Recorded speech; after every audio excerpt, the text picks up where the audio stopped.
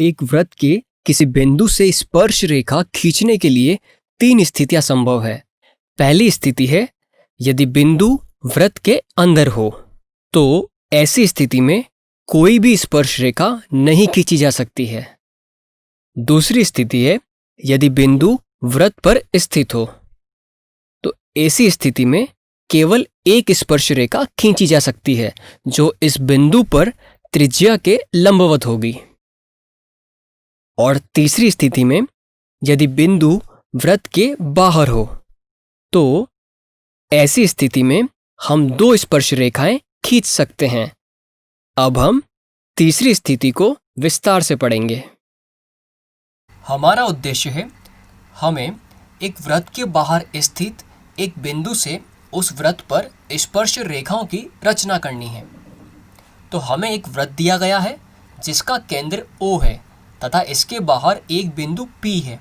हमें P से वृत्त पर 2 स्पर्श रेखाओं की रचना करनी है। तो चलिए हम रचना के चरण देखते हैं। सबसे पहले P से O को मिला लीजिए। अब रेखा PO को समद्विभाजित कीजिए।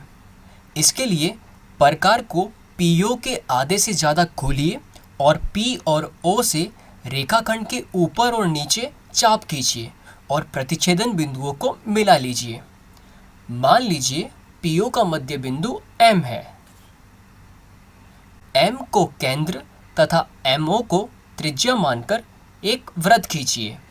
मान लीजिए यह वृत्त पहले वृत्त को Q और R पर काटता है।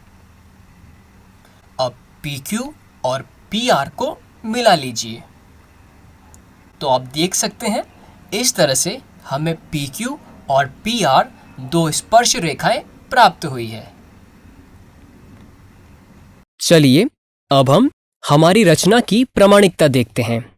सर्वप्रथम O को Q से मिलाइए, तब हम कह सकते हैं कोण POQ एक अर्धवृत्त में बना कोण है, इसीलिए कोण POQ बराबर 90 डिग्री होगा। इसका अर्थ है कि स्पर्श रेखा PQ त्रिज्या OQ के लंबवत है, अतः PQ वृत्त की स्पर्श रेखा है। उसी प्रकार PR भी उस वृत्त की स्पर्श रेखा है।